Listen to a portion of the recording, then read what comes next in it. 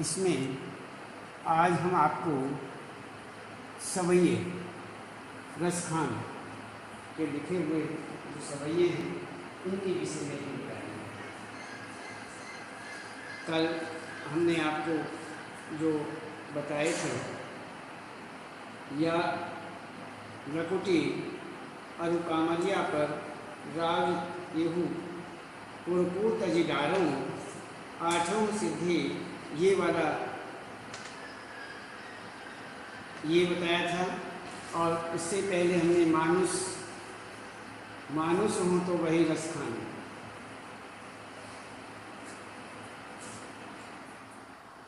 ये आपको बताया था। मानुष हो तो वही रसखानी बसऊँ ब्रज गोकुल गाँव के गवारन, जो पशु हो तो कहाँ बसु मेरो चरो ने नंद के धेनु मधारन। पाहन हो तो वही गिरी को जो कियो हरि छत्र पुरंदर धारन, जो खग हो तो बसेरों करो मेले कालिंदे कोल कदम्ब की डारन। इसमें ये हुआ। सबसे पहले हमने आपको संकेत रूप में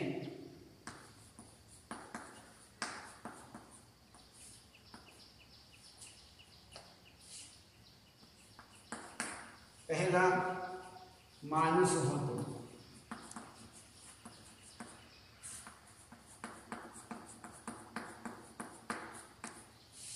मानुष हो तो वही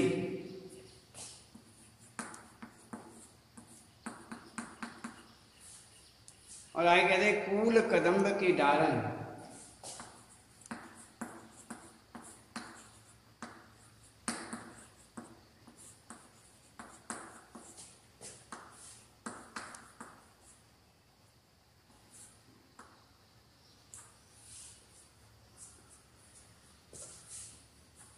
ये हुआ। दूसरा आपको हमने बताया था या लकुटी,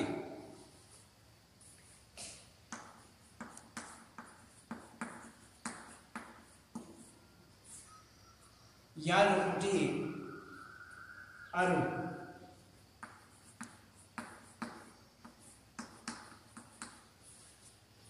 कुंजन ऊपर बारू।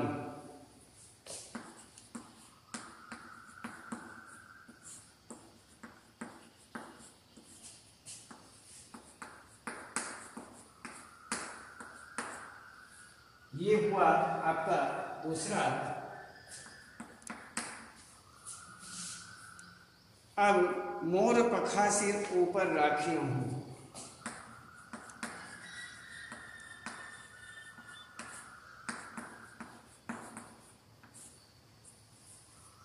सिर ऊपर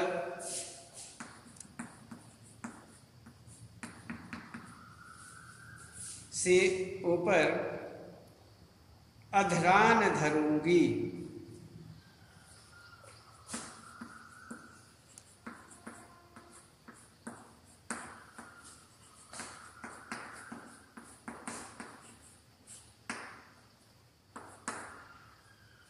अधरान धरूंगी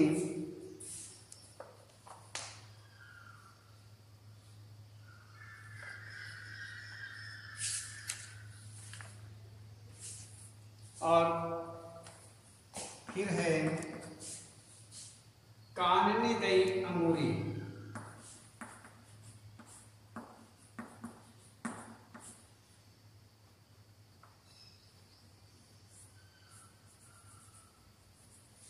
काननी दई अंगूरी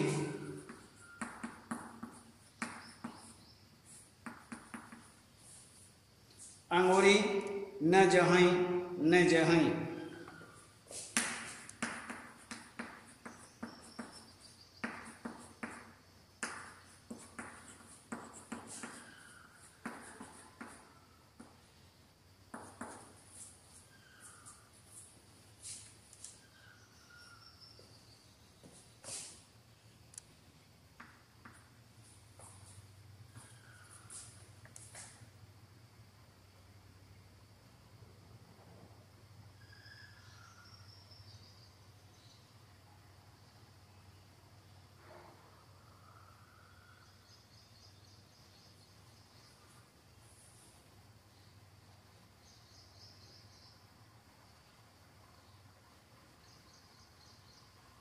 इसमें अब हम आपको मोर पखा, ये दो हो चुके हैं, अब बता रहे मोर पखा सिर ऊपर।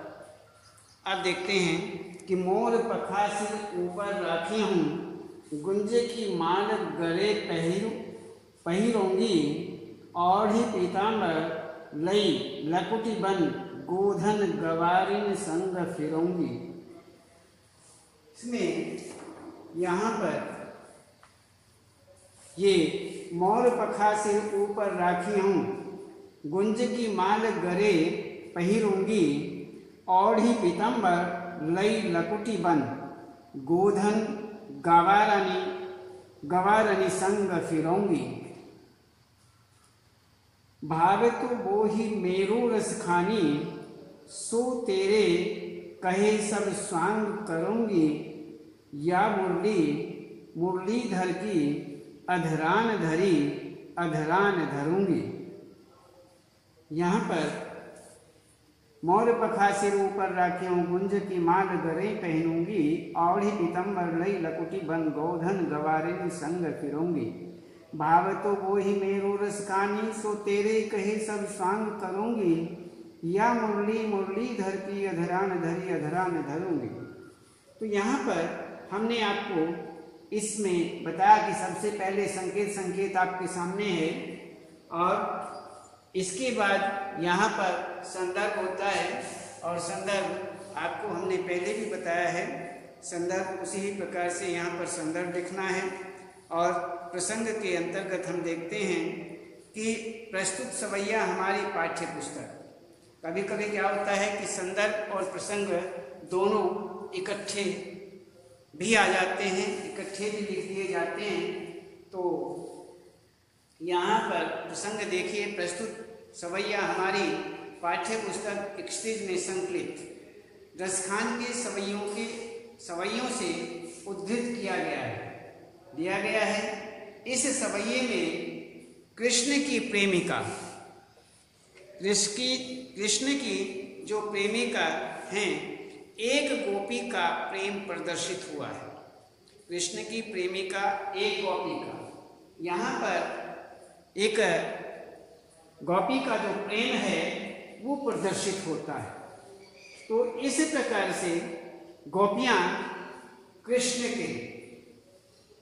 जो हैं वो कृष्ण के प्रेम में इतनी मुग्ध थीं कि वे मुरली तक को अपनी सोत मानती थी।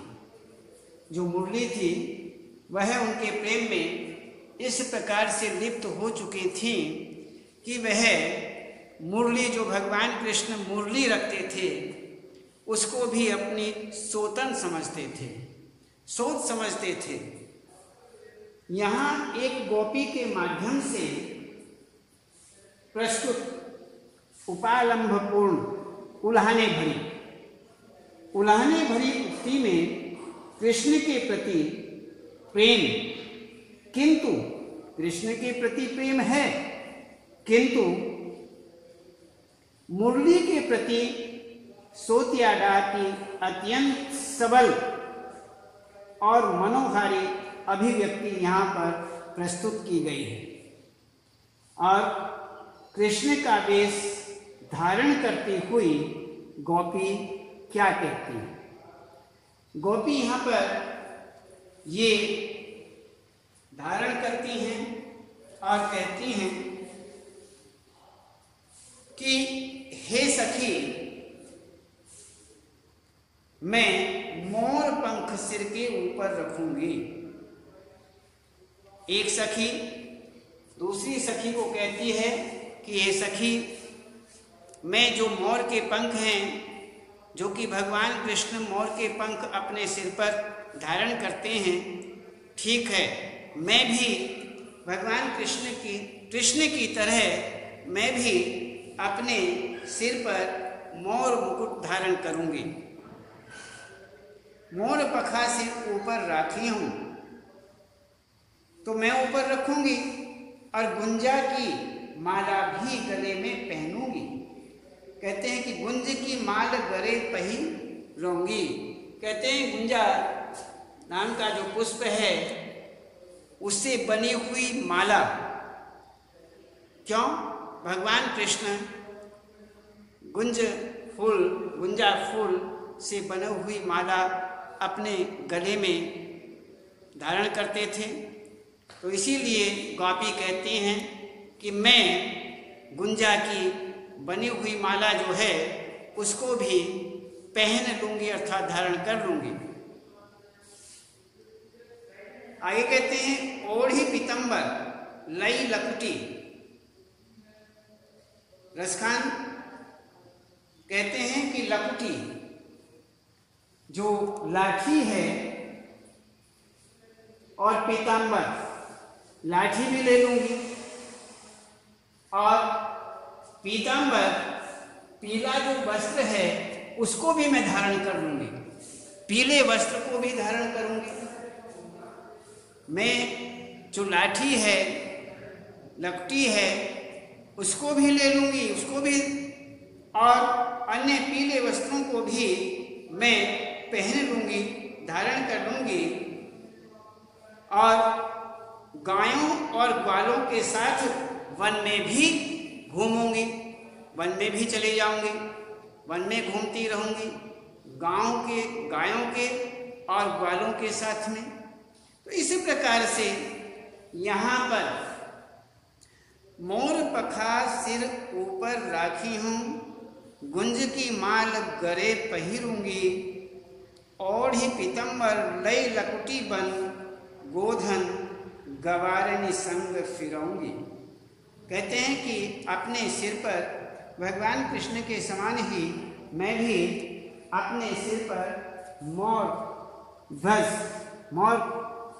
ध्वज को धारण करूंगी, मोर पंख को धारण करूंगी, और गले में गुंजा की माला भी पहन लूंगी, लकुटी लाठी लेकर के और पीले वस्त्रों को ओढ़ करके, पीले वस्त्रों को धारण करके मैं गायों और ग्वालों के साथ में वन में भी घूमूंगी, वन में भी चली जाऊंगी। अब आगे रसखान जो हैं वह कहते हैं भाव तो वो ही मेरो रसखानी, सो तेरे कहे सब स्वांग करूंगी। कहते हैं, रसखान कहते हैं कि गोपिका अपनी सखी से कहती है, गोपिका जो हैं अपनी सखी से कहती हैं कि कृष्ण मुझे इतना भाते हैं, इतने प्यारे लगते हैं कि मैं उनके रूप का प्रत्येक स्वांग तुम्हारे कहने से कर लूंगी, मैं प्रत्येक स्वांग करूंगी, उनकी वेशभूषा जो कि तो पूरा स्वांग करूंगी, पूरी वेशभूषा पहनूंगी, लेकिन शर्त यह है कि वह जो एक मुरली धारण करते हैं, मुरली रखते हैं, जो उस कृष्ण के अधरों पर विराजती है, वह मुरली जो कृष्ण के ओठों पर रखी रहती है, विराजती रहती है, बैठी रहती है, उसको कभी अपने ओठों पर नहीं रखूंगी। तो भाव तो वो ही मेरो रसखानी, सो तेरे कहे सब स्वांग करूंगी, या मुरलीधर की अधरान धरी अधरान धरूंगी। तो इसी प्रकार से कहते हैं कि मुझे कृष्ण जो हैं बहुत भाते हैं, बहुत प्यारे लगते हैं, मैं उनके रूप का प्रत्येक स्वांग तुम्हारे कहने से कर सकती हूँ, करूँगी, लेकिन मेरी एक शर्त यही है कि मैं मुरली जो उस कृष्ण के ओठों पर हर समय विराजती रहती है, वह बैठी रहती है, उसको कभी अपने ओठों पर नहीं रखूंगी, अपने अधरों पर नहीं रखूंगी, ये मेरी शर्त है। तो इस प्रकार से यहाँ पर ये बताया गया है कि कृष्ण जो हैं उनके प्रति गोपियों का प्रेम तो है। गोपियाँ कृष्ण के प्रेम में इतनी मुग्ध हो गई थीं कि मुरली तक को अपनी सोत मानने लगी। कृष्ण से प्रेम करती हैं, कृष्ण को मानती हैं, लेकिन उनके साथ में यहाँ पर ऐसा क्यों बताया गया है? अर्थात मुरली जो है वो स्त्रीलिंग माना जाता है। मुरली, बांसुरी, मुरली वह स्त्रीलिंग शब्द है, स्त्रीलिंग नाम है। इसलिए एक स्त्री एक दूसरी स्त्री से इसी प्रकार से सौत रूप में मानती है। इसलिए यहाँ पर ये गोपी उस मुरली से चिढ़ती है। तो अब आगे इसमें विशेष देखते हैं। विशेष क्या क्या है? अधरान धरी अधरान धरूंगी, ये जो वाक्यांश है, यहाँ अधरान में यमक अलंकार है। अधरान धरी अधरान धरूंगी, अधरान धरी अधरा ने में यमक अलंकार है। पहले का अर्थ है ओठों पर रखी हुई, दूसरे का अर्थ है ओठों पर नहीं। एक कहते हैं कि अधरों पर रखी हुई, दूसरा कहते हैं अधरों पर जो रखी हुई है वह नहीं। तो यहाँ पर यमक अलंकार दिया गया है। भाषा ललित और माधुर्य गुण संपन्न है। यहाँ कृष्ण के रूप सौंदर्य पर मुग्ध होकर गोपियाँ उनका रूप धारण करने का स्वांग करने को तैयार है। सौतिया ढाब के कारण वे मुरली को धारण नहीं करना चाहती हैं। लई लकुटी, गोधन, गवारिन सब स्वांग में अनुप्रास अलंकार, सवैया छंद का प्रयोग किया गया है।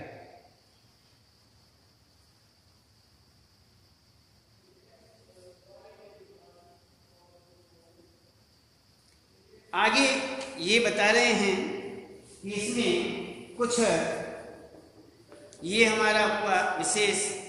अब हम इसमें देखते हैं कि सौंदर्य पक्ष में शिल्प सौंदर्य और भाव सौंदर्य। इसमें शिल्प सौंदर्य के अंतर्गत मधुर, कोमल और रसमय ब्रज भाषा का सुंदर प्रयोग किया गया है। आगे कहते हैं संगीत, लय, छंद और प्रवाह की दृष्टि से यह सवैया अत्यंत मनोरम है। प्रत्येक काव्य पंक्ति में अनुप्रास अलंकार का सौंदर्य दृष्टिगोचर होता है। आगे कहते हैं या मुरली मुरलीधर की अधरान धरी अधरान धरूंगी में यमक अलंकार है। इसमें ये हुआ हमारा शिल्प सौंदर्य।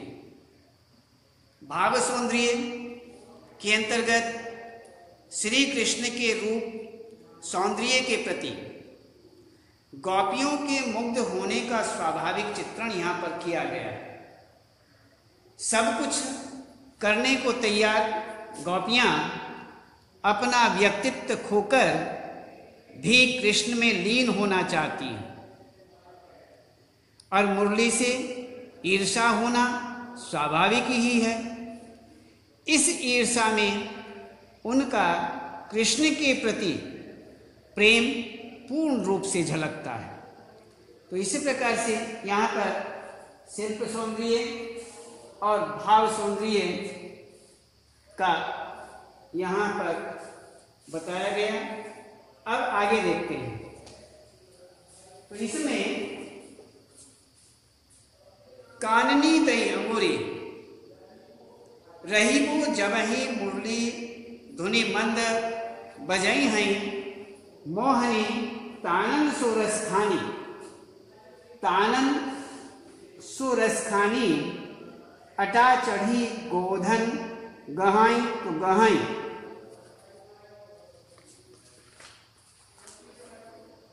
तेरी कहूँ सिगरे ब्रज लोगनी काली को कितनो समझई हैं माई रीवा सुमुख की मुस्कानी संभारी न जहाई न जहाई न जहाई।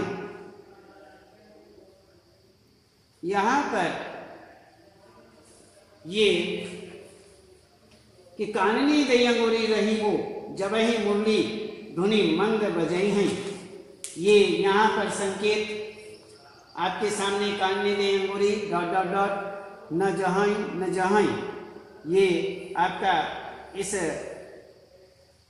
सवैये का संकेत है। और इसका संदर्भ उसी प्रकार से यहाँ पर जो पहले भी बताया गया है संदर्भ लिखने का तरीका, और उसके बाद प्रसंग के विषय में आपको बताते हैं कि प्रस्तुत सवैया हमारी पाठ्य पुस्तक एक्सट्रीज के अंतर्गत संकलित रसखान के सवैयों से लिया गया है। इस सवैये में रसखान एक गोपी का वर्णन कर रहे हैं।